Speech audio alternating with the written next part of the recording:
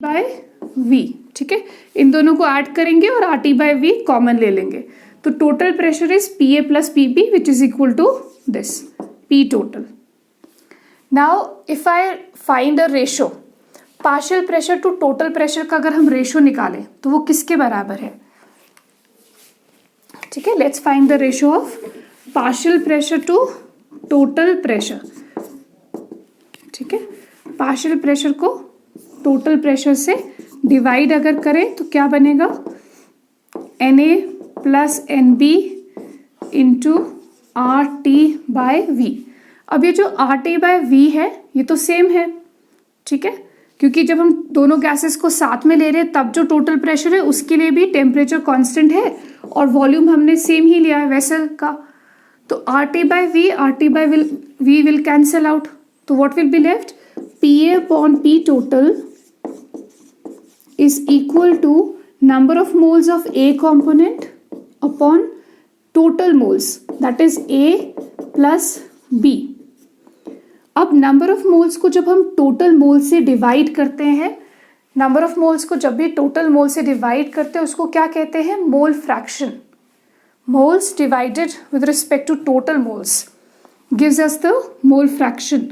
तो इसकी जगह हम लिख सकते हैं XA, ठीक है। So formula becomes partial pressure of A gas upon total pressure of the mixture is equal to mole fraction of component A। अगर हम A गैस का partial pressure निकाल रहे हैं तो उसका mole fraction सामने आएगा, ठीक है, क्योंकि उसके number of moles को हमने total mole से divide किया है। So partial pressure is equal to total pressure into mole fraction। This is one important analysis from here कि अगर हमें पार्शियल प्रेशर निकालना है किसी गैस का और हमें total pressure of gaseous mixture दिया है तो वहाँ से भी हम पार्शियल प्रेशर गैस ए का निकाल सकते हैं, प्रोवाइडेड हमें मोल फ्रैक्शन ए का पता हो। मोल फ्रैक्शन कैसे निकलेगा, number of moles of A gas divided by total moles, जो भी दोनों कॉम्पोनेंट्स हैं उनके टोटल मोल्स लिया, सो वहाँ से मोल फ्रैक्शन निकलेगा और मोल फ्रैक्शन को टोटल प्रेशर से मल्टीप्लाई करते हैं तो पार्शियल प्रेशर एक पर्टिकुलर गैसियस कंपोनेंट का निकाल सकते हैं।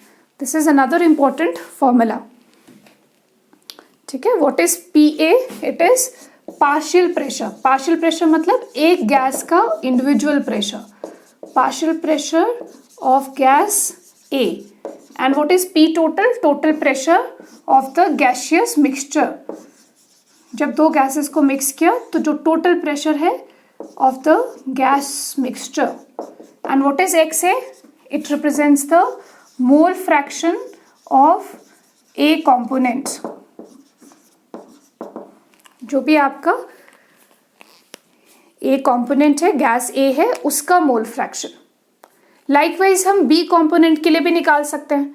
अगर हम ए की जगह बी करेंगे तो हमारे पास सेम एक्सप्रेशन आएगा, ठीक है। उस केस में number of moles of A की जगह number of moles of B component लेंगे। So if I take partial pressure of B component, so number of moles of B component will be taken. So partial pressure of B divided by total, so यहाँ पर number of moles of B divided by total आएगा, ठीक है, because partial pressure of B depends upon number of moles of B component. तो number of moles divide by total, so क्या आ जाएगा, mole fraction B component का। तो same तरीके से दूसरे कंपोनेंट का भी हम पार्शियल प्रेशर निकाल सकते हैं, ठीक है। Partial pressure of B component is total pressure multiplied with the mole fraction of B component. So दोनों कंपोनेंट्स के मोल फ्रैक्शन से उनके इंडिविजुअल प्रेशर्स कैलकुलेट कर सकते हैं।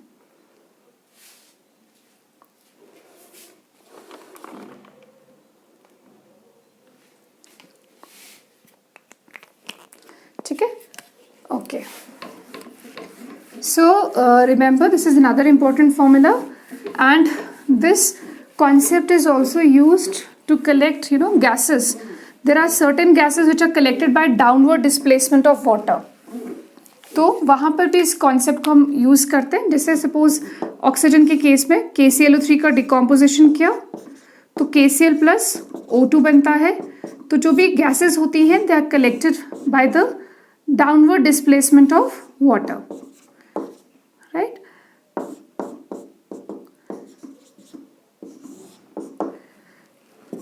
So just making an approximate diagram. ठीक है, सपोज हमने यहाँ पर डिकम्पोजिशन किया किसी सॉलिड का और हमारे पास गैस बन गया।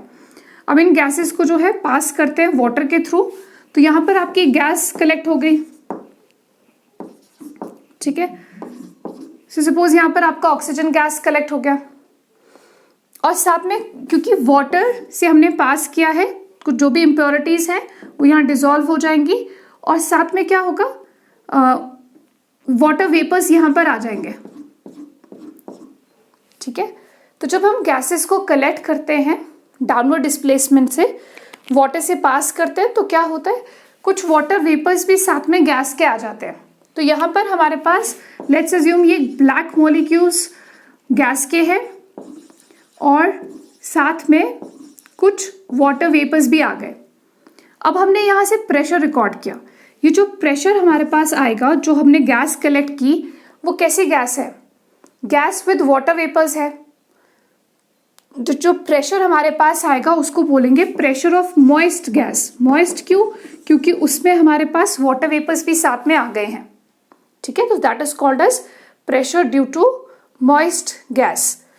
सो ये जो मॉइस्ट गैस है बेसिकली किसका प्रेशर है, ये this is pressure due to the dry gas, मतलब जो एक्चुअल गैस है, plus pressure due to water vapours. तो यहाँ पर जो ये टोटल प्रेशर रिकॉर्ड होगा, क्योंकि ये जो गैस है, ये जो यहाँ पर हम गैस कलेक्ट करेंगे वो गैस में साथ में वाटर वेपर्स भी है, तो जो भी टोटल प्रेशर रिकॉर्ड होगा that is the pressure due to the gas, जिसको हम ड्राई गैस बोल रहे हैं, plus pressure due to water vapours. ठीक है, इन दोनों का जो टोटल है उसको हमने बोला pressure due to moist gas. Moist मतलब वाटर वेपर्स भी साथ में है। फिर जब हमने क्वेश्चंस में प्रेशर लेना होता है, जब भी हम गैसेस को लेकर कुछ कैलकुलेशन कर रहे हैं, तो हमने वाटर वेपर्स का प्रेशर उसमें से सब्ट्रैक्ट करना है। ठीक है, तो प्रेशर ऑफ द गैस क्या होगा, what will be the actual pressure of gas, क्योंकि हमें तो सिर्फ गैस के प्रेशर से मतलब है। So pressure of the dry gas will be equal to pressure of the moist gas, मतलब मॉइस्ट गैस मतलब total pressure minus pressure due to water vapours.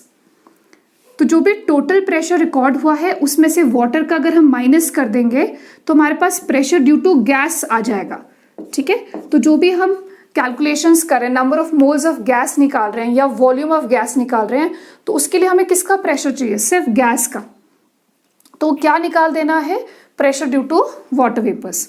ठीक है, तो जैसे अभी हमने फॉर्मूला किया कि P total is equal to P A plus P B, right. अगर हमें इसका इंडिविजुअल प्रेशर चाहिए तो इस वाली गैस का प्रेशर सब्ट्रैक्ट कर देंगे। वैसे ही ये टोटल प्रेशर है, इसमें से इस कंपोनेंट का प्रेशर निकाल देंगे तो प्रेशर ऑफ द गैस हमें पता चल जाएगा। तो क्वेश्चंस में जहां हमें गैस से रिलेटेड कैलकुलेशन करनी है, जब हम ये फॉर्मूला यूज करते हैं PV equals to nRT, and suppose we want to find out the volume of the gas और number of moles of the gas, तो हमें प्रेशर किसका लेना है, वाटर वेपर्स प्लस गैस नहीं, यहाँ पर pressure only due to the dry gas should be taken, क्योंकि हम उसके नंबर ऑफ मोल्स या उसका वॉल्यूम फाइंड कर रहे हैं। ठीक है, तो उस केस में हमें मॉइस्ट गैस में से वाटर वेपर्स का प्रेशर सब्ट्रैक्ट करना है, ड्राई गैस का प्रेशर निकाल के यहाँ पुट करना है और फिर कॉरेस्पॉन्डिंग नंबर ऑफ मोल्स या वॉल्यूम जो भी पूछा है PV equals to nRT formula से हम निकाल सकते हैं। ठीक है, so this concept of Dalton's law is used to calculate the pressure of dry gas या गैस अलोन। अब pressure due to water vapours जो होता है that is also called as, pressure due to water vapours is called as aqueous tension. Pressure due to water vapours is called as aqueous tension. तो question में आपको क्या दिया होगा, aqueous tension दिया होगा। ठीक है, आपको लिखा होगा कि aqueous tension at a particular temperature is this much. ठीक है, suppose pressure due to water vapours is 24 millimetres of mercury at room temperature. तो इस तरह से आपको लिख के दिया होगा कि एक्वस टेंशन क्या है। So what is aqueous tension, aqueous tension stands for pressure due to water vapours. ठीक है, तो आपको एक्वस टेंशन करके दिया है तो दैट इज एक्चुअली दिस, इसको यहाँ पुट करेंगे और मॉइस्ट टोटल प्रेशर जो आपको दिया है उसमें से ये माइनस करेंगे तो आपको प्रेशर ऑफ गैस पता चल जाएगा. ठीक है, so that is how we use the Dalton's law.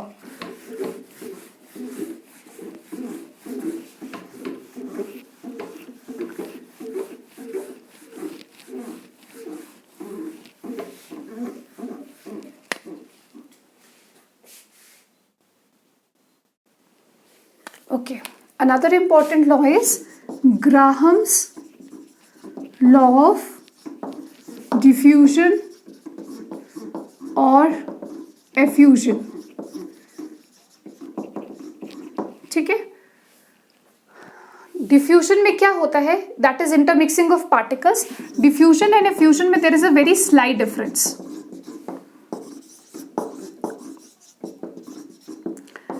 ठीक है, डिफ्यूजन क्या होता है, मॉलिक्यूल्स का movement from their higher concentration to lower concentration. Basically diffusion means intermixing of the particles. ठीक है, सो नॉर्मली डिफ्यूजन में the molecules move, there is movement of molecules from their higher concentration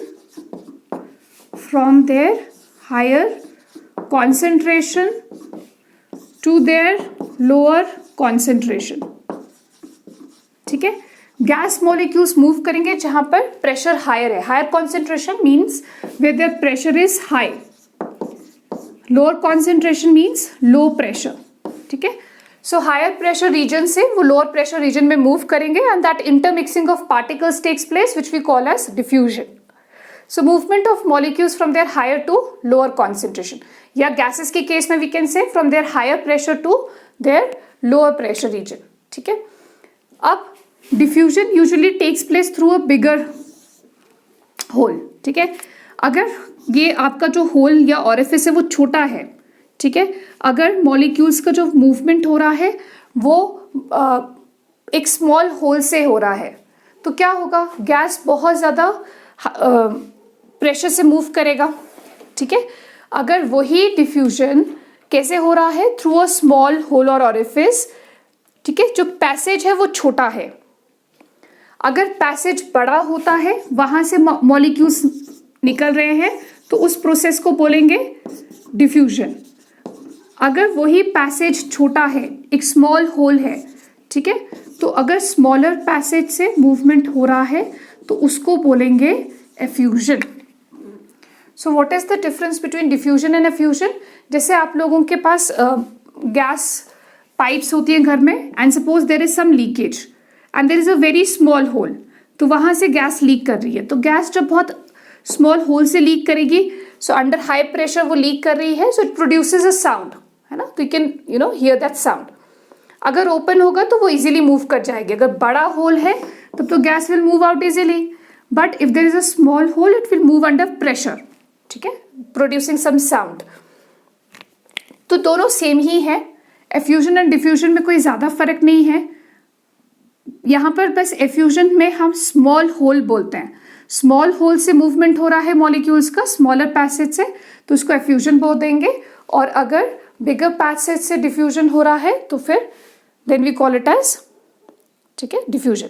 so transfer of gas from higher pressure to lower pressure region, movement of gas molecules from their higher pressure to lower pressure, that is diffusion. Okay, so now Graham's ने क्या study किया कि rate of diffusion of gases किन condition पे depend करता है. ठीक है, तो rate of diffusion of gases depends upon so many conditions. हम कैसे मेजर कर सकते हैं दो गैसेस का रेट ऑफ डिफ्यूजन, कि किसका रेट ऑफ डिफ्यूजन ज्यादा है. ठीक है, so rate of diffusion how we can compare कि किसका डिफ्यूजन का रेट ज्यादा है. So rate of diffusion depends upon many factors. We can compare the rate of diffusion by number of moles diffused in unit time. ठीक है, so rate of diffusion is directly proportional to N. What is N? It is the number of moles of gas diffused, number of moles of the gas diffused, and T is the time taken. ठीक है, number of moles of the gas diffused with respect to time T. ठीक है, suppose करो हमारे पास दो same containers है, same volume, temperature, everything same, और ये गैस ए है और ये गैस बी है, और टाइम टी सेम है। सपोज हम देख रहे हैं 5 मिनट्स में किसका ज्यादा मोल डिफ्यूज हो गया। सो यहां से इसके सपोज 10 मोल डिफ्यूज हो गए और इसके अभी 5 मोल ही डिफ्यूज हुए हैं गैस बी के, ठीक है। If everything else is same, volume, temperature, all the other conditions are kept constant and just हम नंबर ऑफ मोल्स को देख रहे हैं, तो सेम टाइम में किसका ज्यादा मोल डिफ्यूज हुआ वो उसके रेट के बारे में बताएगा, है ना। अगर इसका ज्यादा मोल बाहर निकला है तो दैट मीन्स इसका रेट ऑफ डिफ्यूजन, डिफ्यूजन क्या है, मूवमेंट ऑफ मॉलिक्यूल्स, राइट।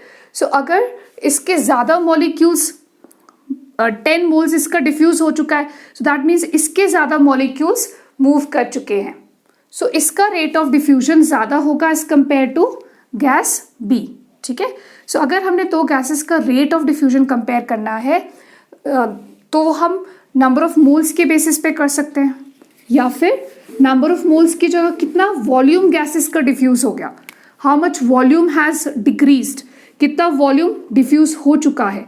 जिस गैस का ज्यादा वॉल्यूम डिफ्यूज हो चुका है उसका rate of diffusion is more, ठीक है। तो rate of diffusion can also be compared with respect to V by T, मतलब V क्या है, volume of gas diffused upon T is the again the time taken for diffusion. कितना volume gas का diffuse हो गया, जिसका ज्यादा volume निकल गया होगा दैट मीन्स कि वो गैस फास्टर है, उसका टेंडेंसी टू डिफ्यूज ज्यादा है, तो रेट ऑफ डिफ्यूजन उसका ज्यादा होगा। Next we can also compare rate of diffusion with respect to the distance covered, x by t. What is x? The distance traveled by a particular gas. कितना distance travel किया एक particular gas ने, वहां से भी हम rate of diffusion compare कर सकते हैं। Distance travelled by the gas in a particular time, T again stands for time taken, ठीक है। डिस्टेंस ट्रैवल्ड कैसे, जैसे सपोज आपके पास एक, इस पे क्वेश्चन भी आता है, जैसे आपके पास एक ट्यूब है, दिस अ लॉन्ग ट्यूब, इस तरफ से हमने अमोनिया गैस को छोड़ा और इस तरफ से हमने HCl गैस को छोड़ा, ठीक है। Suppose it is a 200 metre long tube, so this is 200 metre long tube. एक तरफ से अमोनिया, एक एंड से हमने अमोनिया को डिफ्यूज कराया और दूसरे एंड से HCl, ठीक है। सो ज्यादा डिस्टेंस ट्रैवल कौन करेगा, जो लाइटर गैस है, जिसका मोलर मास कम होता है। सो अमोनिया का मोलर मास है 17 grams and HCl is 35.5 plus 1 36.5 grams, ठीक है। तो दोनों में अमोनिया का मोलर मास कम है, वो लाइटर गैस है तो जल्दी मूव करेगा, ठीक है। मान लो अमोनिया के मॉलिक्यूल्स यहां पहुंच गए, इतना डिस्टेंस ट्रैवल कर लिया, उसी सेम टाइम के अंदर HCl का मॉलिक्यूल यहां पहुंचा, ठीक है। एक पर्टिकुलर पॉइंट पे दोनों जाकर मिलेंगे, सपोज ये वो पॉइंट है, तो ज्यादा डिस्टेंस किसने ट्रैवल किया, जो लाइटर गैस है, ठीक है। सो जो लाइटर गैस है, जो ज्यादा जल्दी मूव कर सकता है, उसने ज्यादा डिस्टेंस ट्रैवल किया, तो रेट ऑफ डिफ्यूजन हमें पता चल रहा है, it is directly proportional to distance travelled. किसका रेट ऑफ डिफ्यूजन ज्यादा है, अमोनिया का, क्योंकि उसने ज्यादा डिस्टेंस ट्रैवल किया, ठीक है। So suppose the total distance is 200, तो ये x अगर इसने चला, सो दिस इज 200 माइनस x, ठीक है। सपोज x डिस्टेंस इसने चला, तो जो बाकी बच गया वो 200 माइनस x ले सकते हो, और you can take this as x and this 200 minus x। But the point is ज्यादा डिस्टेंस किसने ट्रैवल किया, जो लाइटर गैस है उसने ज्यादा डिस्टेंस ट्रैवल किया, और जो हेवियर गैस थी उसने कम डिस्टेंस ट्रैवल किया। तो रेट ऑफ डिफ्यूजन किसके प्रोपोर्शनल है, लाइटर गैस के, जो ज्यादा डिस्टेंस ट्रैवल कर रहा है। तो जितना ज्यादा डिस्टेंस ट्रैवल करेगा उससे उसके डिफ्यूजन के रेट के बारे में पता चलेगा, राइट। ज्यादा डिस्टेंस ट्रैवल किया मतलब उसका रेट ऑफ डिफ्यूजन ज्यादा है। So ammonia being a lighter gas travels more distance, तो फिर हम वो डिस्टेंस कैलकुलेट कर सकते हैं, right. We can compare the two gases. Suppose करो गैस 1 का रेट ऑफ डिफ्यूजन R1 है, उसके नंबर ऑफ मोल्स N1 और टाइम टेकन T1। गैस 2 के लिए भी same formula, R2 is equal to directly proportional to N2 upon T2। So then we can compare the two gases.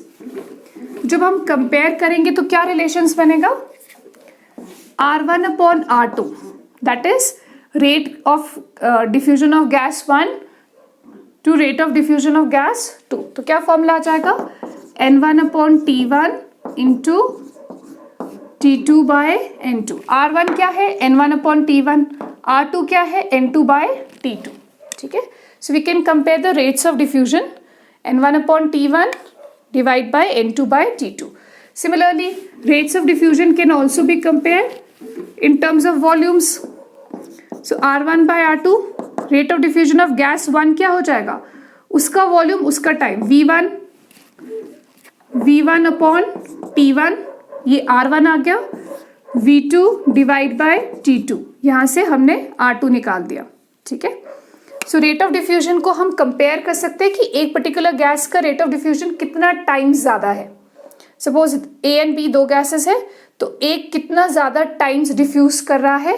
अगर इस तरह का क्वेश्चन पूछा है कि rate of diffusion A gas का कितना टाइम्स है, so simply find the ratio, जो भी वॉल्यूम्स दी है, टाइम टेकन दिया है, सॉल्व करके हमारे पास R1 बाय R2 आ जाएगा। इसी तरह से डिस्टेंस के टर्म्स में, distance traveled by the gas, so rate of diffusion can also be compared in terms of distance, x1 upon t1, x2 upon t2। ठीक है, rate of diffusion is x1 upon t1, x2 by t2।